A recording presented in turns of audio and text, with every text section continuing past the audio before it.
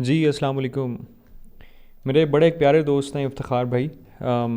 उन्होंने आजकल फिग्मा को बड़े ज़ोरों शोर से सीखना शुरू किया हुआ है और वो सेल्फ़ लर्न कर रहे हैं। और अभी तक जो उनकी आउटपुट्स हैं उसको देख के आई एम रियली इम्प्रेस्ड। जो जिस तरह की वो मेहनत कर रहे हैं और जिस तरह चीज़ें सीख रहे हैं, सो मैं समझता हूँ कि ऐसी बहुत सारी चीज़ों का मुझे नहीं पता फिग्मा के अंदर कि वो किस तरह से की जा सकती हैं जो कि उन्होंने सीख ली हैं। So that's a very good thing कि टूल के ऊपर ग्रिप होगी, उसके बाद फिर आपके पास किसी भी तरह का डिज़ाइन आता है तो आप वो डिज़ाइन कर सकते हैं। तो कुछ बेसिक सीखने के बाद उन्होंने पहली एक वेबसाइट रेप्लिकेट की है। So this is a food Panda home page. ये डिज़ाइन आप ये स्क्रीनशॉट फूड पांडा की वेबसाइट का है और इसको उन्होंने थोड़ा सा रेप्लिकेट किया, काफ़ी रेप्लिकेट किया और इसमें कुछ डिज़ाइन चेंजिंग्स की अपनी मर्ज़ी से। तो मैं अपने नॉलेज की बेस के ऊपर, जहाँ तक मेरी अंडरस्टैंडिंग है डिज़ाइन को देखने की, तो मैं उसकी बेस के ऊपर कोई एक फ़ीडबैक रिकॉर्ड कर रहा हूँ और ये फ़ीडबैक उनके लिए भी, इफ्तिखार के लिए भी बेनिफिशियल होगा और इसके अलावा और भी जो लोग अभी इनिशियल स्टेजेस के ऊपर हैं तो उनके लिए भी फ़ायदेमंद हो सकता है। तो कुछ पॉइंट्स मैंने नोट किए हैं। ओके, एक इसमें इम्पॉर्टेंट चीज़ है कि मैं सबसे पहले जाऊंगा फुटर के ऊपर। ठीक है, let's go to the footer. Foodpanda का फुटर देखते हैं। So it's a different one, लेकिन यहाँ पे फुटर डिफरेंट है। ठीक है, so it's a good thing कि आप अपनी मर्ज़ी से चीज़ें चेंज कर रहे हैं। So that's a very good thing. लेकिन इसमें मुझे एक जो मेजर गलती नज़र आ रही है, that is the colour contrast. ठीक है, तो कलर कंट्रास्ट को कैसे देखा जा सकता है? हम अपने सामने एक, मैं आपके सामने खोलता हूँ जी कूलर्स कंट्रास्ट। ठीक है, आप गूगल पे जाके इसको लिखें। I think let's go with this, या दिस वन। ठीक है, ये लिंक है कलर कंट्रास्ट चेकर। आप इसके ऊपर जाएं और यहाँ से जाके आप अपनी मर्ज़ी के जो भी कलर्स यूज़ करना चाह रहे हैं आप बिल्कुल यूज़ करें, इसमें कोई लिमिटेशंस नहीं है। लेकिन मैं यहाँ से क्या करता हूँ, मैं यहाँ से इसको कॉपी करता हूँ। मैं कहता हूँ जी टेक्स्ट कलर है ये वाला और बैकग्राउंड कलर कौन सा है जी? बैकग्राउंड कलर है ये वाला। ठीक है, और मैं इसका कंट्रास्ट चेक करता हूँ। सो वो कहते हैं ji this is a good colour contrast. ठीक है, इसकी जो मतलब रीडेबिलिटी है टेक्स्ट की वो गुड है, लेकिन हम कोशिश करेंगे कि हम इसको एक्सेलेंट की तरफ लेकर जाएं ताकि इसकी रीडेबिलिटी और बेहतर हो। तो उसके लिए हम क्या करेंगे? उसके लिए या तो हम इस कलर को चेंज करें या हम इस कलर को चेंज करें। तो अगर तो आपका ये रेड वाला ब्रांड कलर है तो फिर तो हम इसको चेंज नहीं कर सकते। ठीक है, लेकिन हम इस टेक्स्ट कलर को चेंज कर सकते हैं। हम इसको या तो वाइट कर सकते हैं। ठीक है, इसको वाइट करेंगे, स्टिल इट्स वेरी गुड। इसको सिर्फ ब्लैक करें तो क्या 4.62, इसकी विजिबिलिटी, इसकी जो रीडेबिलिटी है वो उससे भी नीचे जा रही है। So let's try to find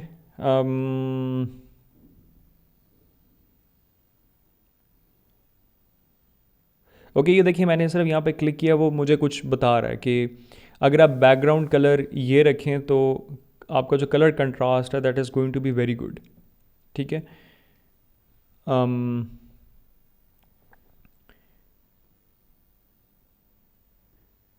तो आप यहाँ से चीज़ें चेंज करके देख सकते हैं। For example if we go back to the previous colour जो कि हमारे पास था ये वाला, तो इसमें हम मज़ीद देख सकते हैं कि हमारे पास कलर कंट्रास्ट कहाँ पे बेहतर होता है। तो आई थिंक इस कलर के साथ शायद ही मुश्किल है कि आपको एक्सेलेंट कलर कंट्रास्ट मिले। ठीक है, सो दैट्स वाई फूड पांडा ने क्या किया था कि उन्होंने अपना ब्रांड कलर यहाँ पे यूज़ नहीं किया, उन्होंने वाइट और ब्लैक के साथ उन कलर्स का इस्तेमाल किया हुआ। So if we go with the background colour white and the text colour black, so the colour contrast is super. ठीक है, तो उसकी जो रीडेबिलिटी है वो इंतहाई ज़बरदस्त है, आपको ज़रा से भी मुश्किल नहीं होगी टेक्स्ट को रीड करने में। So this is the first thing कि जब आप बैकग्राउंड और टेक्स्ट के कलर को चूज़ करने जाएं, अपनी मर्ज़ी ज़रूर करें, लेकिन कोशिश करें कि कलर कंट्रास्ट आपका ऐसा हो कि टेक्स्ट पढ़ना आसान है, क्योंकि यहाँ पे टेक्स्ट पढ़ना मुझे काफ़ी मुश्किल लग रहा था. So that's why I I thought कि इसको ज़रूर शेयर करना चाहिए कि कलर कंट्रास्ट अगर देख लिया जाए तो this is going to be very good. ठीक है, बाकी अगर आप यहाँ पे देखें तो होवर के ऊपर आप लिंक्स को क्लिक कर सकते हैं, प्रॉपर ग्रिड्स बनी हुई हैं, so that's a very good thing. Proper layouts बनाए हुए हैं. लव्ड द लर्निंग्स, मतलब जो सीखा है कमाल उसको अप्लाई किया हुआ है, ज़बरदस्त, रियली अप्रिशिएट. ओके, उसके बाद हम आते हैं जी, I think we have changed something, या ओके जी. उसके बाद जो दूसरी चीज़ मुझे इम्पॉर्टेंट नज़र आई वो ये चीज़ थी कि आप टेक्स्ट यूज़ कर रहे हैं और टेक्स्ट के अंदर लेटर स्पेसिंग आप हल्की पुल्की तो दे सकते हैं. फॉर एग्जांपल कुछ फॉन्ट्स आते हैं जिसमें लेटर स्पेसिंग बहुत कम होती है, इतनी कम होती है कि लेटर्स आपस में जुड़ना शुरू हो जाते हैं. सो वहाँ पे आप, अगर आपको फ़ॉन्ट पसंद है, आपने वही फ़ॉन्ट यूज़ करना है, सो आप उसकी लेटर स्पेसिंग थोड़ी सी ज़्यादा कर सकते हैं. ठीक है, लेकिन this is not a good design habit कि आप बिटवीन द करेक्टर्स इतनी ज़्यादा स्पेसिंग कर दें कि उसको जो सा है वो पढ़ना मुश्किल हो जाए. सो अगर आपको स्पेसिंग चाहिए, लेट्स गो विद 1% और may be let's go with 2%. ठीक है, I think it's enough. But I think 0 के साथ हमारे पास अच्छे रिजल्ट्स आ रहे हैं. तो अगर आपने हेडिंग्स यूज़ करनी है, एक ऐसी जगह पे यूज़ करना है जहाँ पे कोई हेडिंग है, कोई पैराग्राफ है, तो वहाँ पे लेटर स्पेसिंग हल्की पुल्की दे सकते हैं अगर लेटर्स आपस में जुड़ रहे हैं. लेकिन कोशिश करें कि उसको ज़्यादा इंक्रीज़ ना करें. लेकिन अगर आपने ऐसी जगह पे यूज़ करना है, मैं आपके साथ एक और शेयर करता हूँ कि फॉर एग्ज़ाम्पल मैं कहता हूँ कि इसका टेक्स्ट साइज़ है 500. ठीक है, और आपने किसी जगह पे बैकग्राउंड असाइन करना है. फॉर एग्ज़ाम्पल इसकी मैं ट्रांसपेरेंसी कर देता हूँ 10% पे. ठीक है, या इसकी 5% पे कर लेते हैं.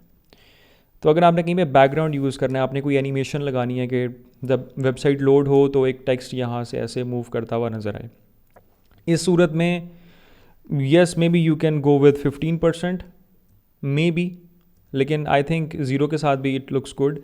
तो जहाँ पे आपने डिज़ाइंस ऐड करने हैं बैकग्राउंड के ऊपर या किसी जगह पे, वहाँ पे आप जिस भी तरह का डिज़ाइन यूज़ करें, जो मर्ज़ी स्पेसिंग असाइन करें, अगर वो अच्छी लग रही है तो गो फॉर इट.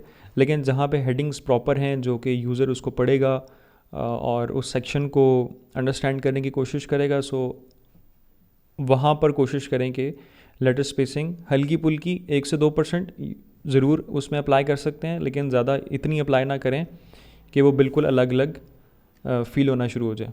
वो एक वर्ड हम उसको वो हमें एक वर्ड के तौर पर नज़र ना आए. So don't apply this much spacing. उसके बाद एक और इम्पॉर्टेंट चीज़ कि अगर सेक्शंस में डिवाइडर्स ऐड करने हैं, सो आई वुड रिकमेंड कि शेडोज़ ना यूज़ करें. मैं अगर यहाँ पे ड्रॉप शेडोज़ ख़त्म करता हूँ, अगर आपने डिवाइडर्स ऐड करने ही हैं, सो लेट्स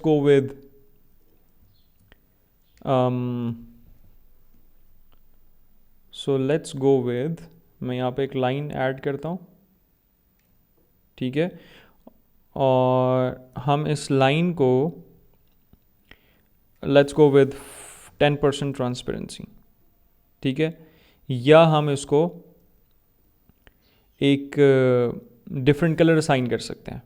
ठीक है, हम कहते हैं जी हमें ये किसी और कलर में चाहिए और 100% ट्रांसपेरेंसी के साथ चाहिए, बिल्कुल ओपैक चाहिए. सो इस तरह से आप डिवाइडर्स ऐड ज़रूर करें. Let's go with at this position. ठीक है, बट अगर आप शेडोज़ यूज़ कर रहे हैं, so don't go with shadows. To my knowledge this is not a good practice. हाँ, यहाँ पे आप शेडो यूज़ करना चाहते हैं ज़रूर करें, नेविगेशन बार पे ज़रूर करें. ठीक है, लेकिन सेक्शन के जो डिवाइडर्स हैं वहाँ पे शेडोज़ ना यूज़ करें. वहाँ पे कोशिश करें या तो बैकग्राउंड कलर चेंज कर लें. फॉर एग्जांपल मैं कहता हूँ जी इस पूरे सेक्शन का जो बैकग्राउंड कलर है वो थोड़ा सा लाइट ग्रे हो जाए या थोड़ा सा डिफरेंट हो जाए, तो लगे कि अब एक नया सेक्शन स्टार्ट हो रहा है, या आप इस तरह की लाइंस को यूज़ कर लें। बट आई वुड रिकमेंड कि डोंट गो विद शेडोज़, ठीक है। लेकिन नेविगेशन बार में और इस तरह की चीज़ों में yes you can go with the shadows, no issues with it, ठीक है। उसके बाद एक और चीज़ यहाँ पे मैं आपके साथ कोई भी वेबसाइट शेयर करता हूँ, जैसे कि हम कोई वेबसाइट यहाँ पे ओपन करते हैं, लेट्स गो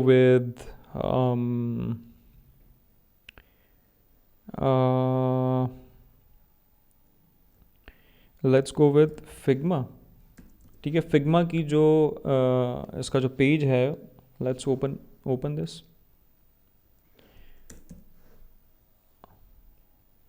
ठीक है। और मैं यहाँ पे अपने कीबोर्ड से माइनस माइनस प्रेस कर रहा हूँ और लेट्स सी कि हमें ये बड़ी स्क्रीन पे ये पेज कैसे नज़र आएगा,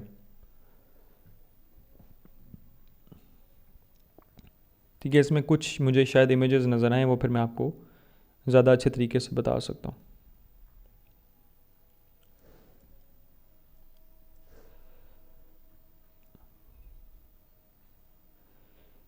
ठीक है, अगर आप यहाँ पे देखें, जो ये वाली इमेज यहाँ पे यूज़ हो रही है, अब ये इस इमेज को बिल्कुल राइट साइड के ऊपर टच कर सकते थे स्क्रीन के साथ। लेकिन अक्सर होता है ऐसे है कि हम मोस्टली ऐसी इमेजेस जो कि हमने सेक्शंस में यूज़ की होती हैं, मतलब मेरी अपनी कोशिश ये होती है कि हम कोशिश करें कि उसको एक ख़ास कंटेनर के अंदर रखें, कि उसके आपको साइड पे स्पेसिंग नज़र आए। उसकी वजह ये है कि मैं आपको एक कोई और वेबसाइट दिखाता हूँ जहाँ पे ये आपको मसले नज़र आए। लेट्स गो विद dell.com, ठीक है। और इसको बड़ी स्क्रीन पे देखते हैं कि कैसा नज़र आएगा।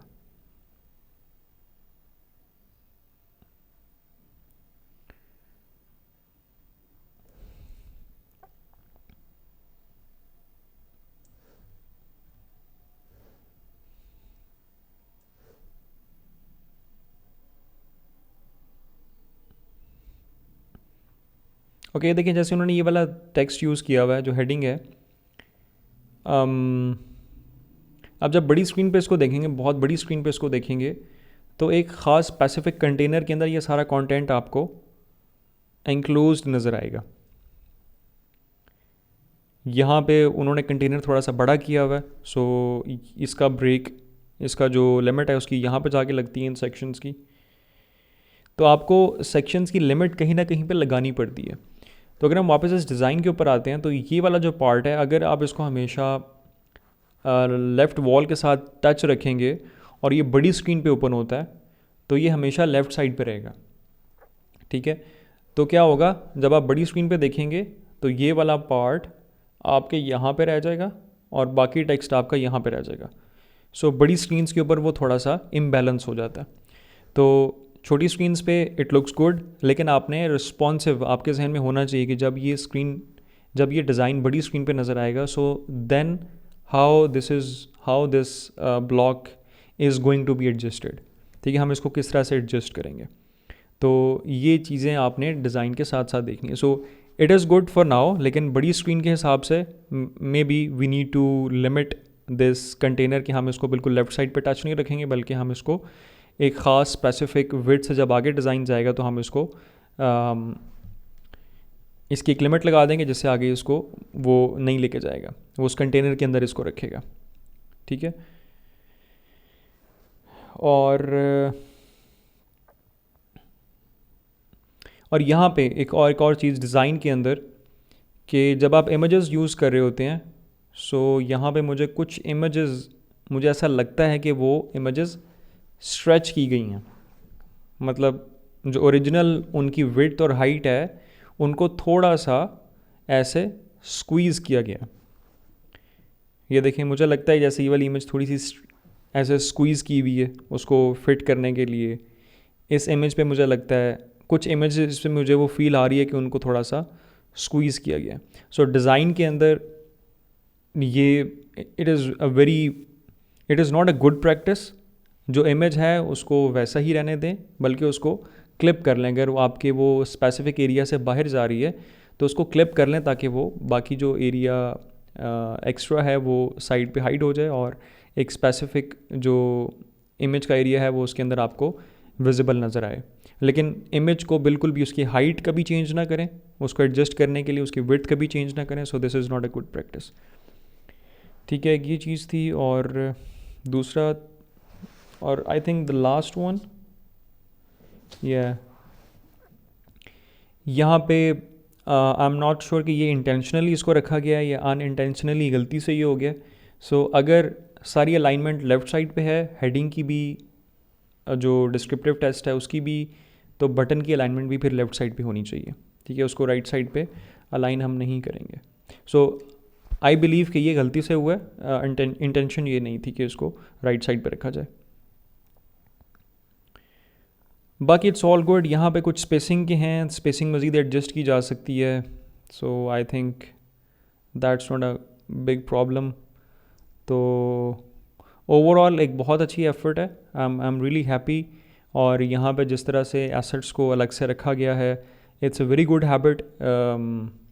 ये जब आप कंपोनेंट्स में काम करते हैं, बड़े बड़े प्रोजेक्ट्स में काम करते हैं, सो जो स्टाइल गाइड्स होती हैं वो एक मेजर पार्ट प्ले करती हैं आपके डिज़ाइन को ऑर्गेनाइज़ करने के लिए, और इन केस ऑर्गेनाइज़ करने के लिए, टीम्स में काम करने के लिए। और इन केस अगर कल को आप उस डिज़ाइन पे काम नहीं कर रहे, कोई और बंदा आके उस पर काम करता है, तो उसको स्टाइल गाइड से काफ़ी हद तक हेल्प मिल जाती है उस डिज़ाइन में एडिट्स करने के लिए, उसमें नए सेक्शंस, नए पेजेस ऐड करने के लिए।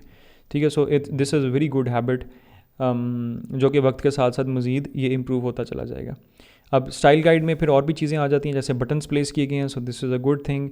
इसमें हेडिंग्स भी आ जाएंगी। फॉर एग्जांपल H1 हेडिंग अलग से आ जाएगी, H2 हेडिंग, फिर पैराग्राफ्स। इसके अलावा जी और आपको यहाँ पे क्या नज़र आ रहा है, ये buttons I think they are already there, no. तो मतलब वो सारी चीज़ें जो कि बार बार रीयूज़ हो सकती हैं, या अगर वो एक दफ़ा भी यूज़ हुई है, still we have to put it inside the style guide. जैसे ये लिंक्स हैं, फुटर लिंक्स हैं, so these all should be there inside the style guide. ठीक है जी। So this was my feedback. I hope कि ये कुछ मज़ीद चीज़ें, ये इम्प्रूवमेंट्स लेकर आएगा डिज़ाइन के अंदर, ना कि किसी को डिस्करेज करना नहीं था। स्पेशली इफ्तिखार भाई, this is not a video to discourage you, but I really appreciate your efforts. और इसको रिकॉर्ड करने का मकसद ये है कि maybe these things can help other people as well, जो कि इनिशियल स्टेजेस के अंदर हैं, जो टूल समझते हैं लेकिन डिज़ाइन में कुछ उनकी गलतियाँ होती हैं, so they can really improve them. तो I think this is going to be beneficial for majority. So I think अगर किसी और का भी कोई डिज़ाइन है और वो उसको रिव्यू करवाना चाहता है, आई डजंट से कि मैं बहुत अच्छा रिव्यू आपको दे सकता हूँ, लेकिन एटलीस्ट जो मेरे पास नॉलेज है, जो एक्सपीरियंस है, मैं उसकी बेसिस के ऊपर आपको कुछ ना कुछ गाइड कर सकता हूँ। लेकिन डिज़ाइन में there are no rules. Mostly आप आउट ऑफ द बॉक्स जाके भी चीज़ें डिज़ाइन कर सकते हैं, अगर वो अच्छी लग रही हैं, अगर वो डिज़ाइन के प्रिंसिपल्स को फॉलो कर रही हैं। वेबसाइट